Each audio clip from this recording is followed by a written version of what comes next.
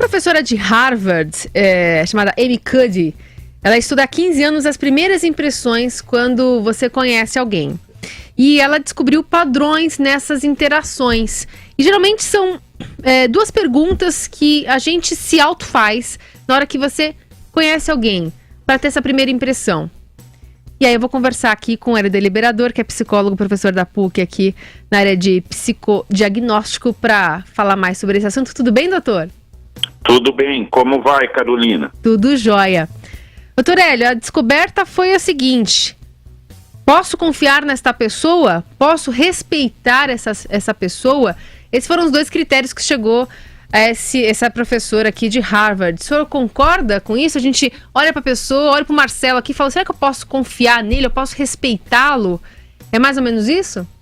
Exatamente, Carolina. Eu concordo plenamente com isso, não é? Esses dois critérios, a confiança e o respeito, parecem serem, sim, essenciais nesse primeiro contato que a gente estabelece, né, com uma pessoa nova na nossa rede de relacionamento. Caberia a gente tentar entender um pouco, né, e destrinchar um pouquinho o que é exatamente essa confiança e esse respeito, né?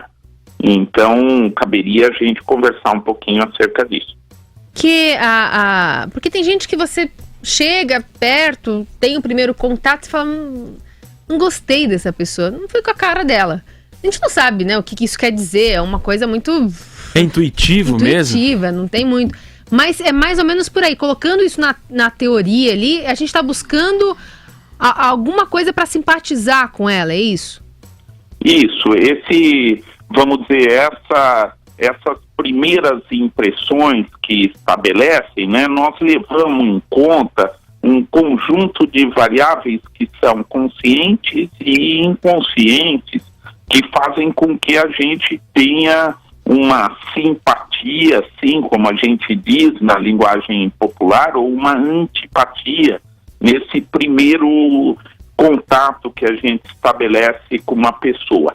Pensando no parâmetro da simpatia, né, é que essa pesquisa das professoras de Harvard trabalharam com esses critérios a partir de dados que retiram de situações de observação que são feitas, né, em situações reais, né?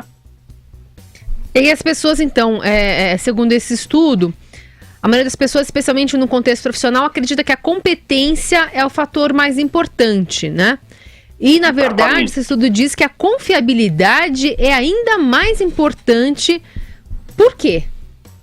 Porque quando se trata de contextos profissionais, né, estão em voga, né, aspectos de inteligência, talento para produzir bons resultados na vida profissional, né? Então, isso ainda se torna mais importante a questão desses dois critérios que as pesquisadoras levantaram, né? Por isso que muitas vezes você tem até situações de treinamento para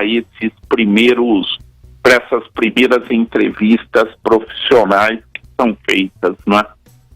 Porque aí a pessoa tem que estabelecer essa confiança, né? Se eu não confiar, eu não vou te respeitar. É meio por isso. Exatamente.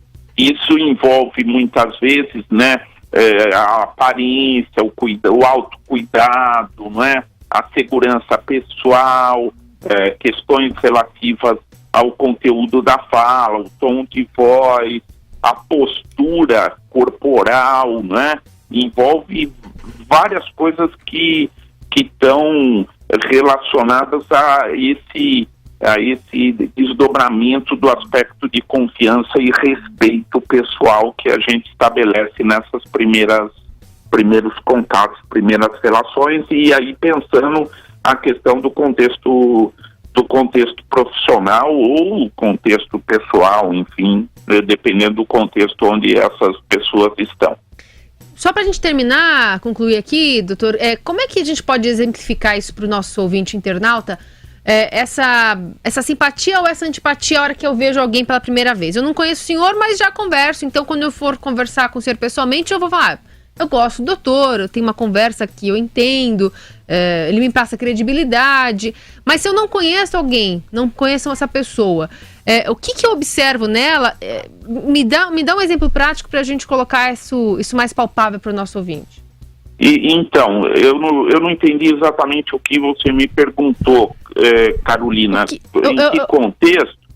Porque se eu vou conhecer uma pessoa, eu conheço agora na rua, esbarro uma pessoa, conheci ela ali, ou alguém me apresentou alguma pessoa. O que eu levo em conta pra dizer que eu gostei dela ou não numa primeira impressão? Então, esse aspecto que a pesquisa levanta, né? Envolve dados da postura, do tom de voz, do sentimento básico que ela expressa através da sua face, do direcionamento do seu olhar, não é? O conteúdo da própria fala da pessoa, como é que ela se dirige em relação a você, inclusive com variações culturais que acontecem em função do contexto onde essas pessoas estão, né? E muito voltado à questão também do conteúdo da fala e da postura física da pessoa, não é?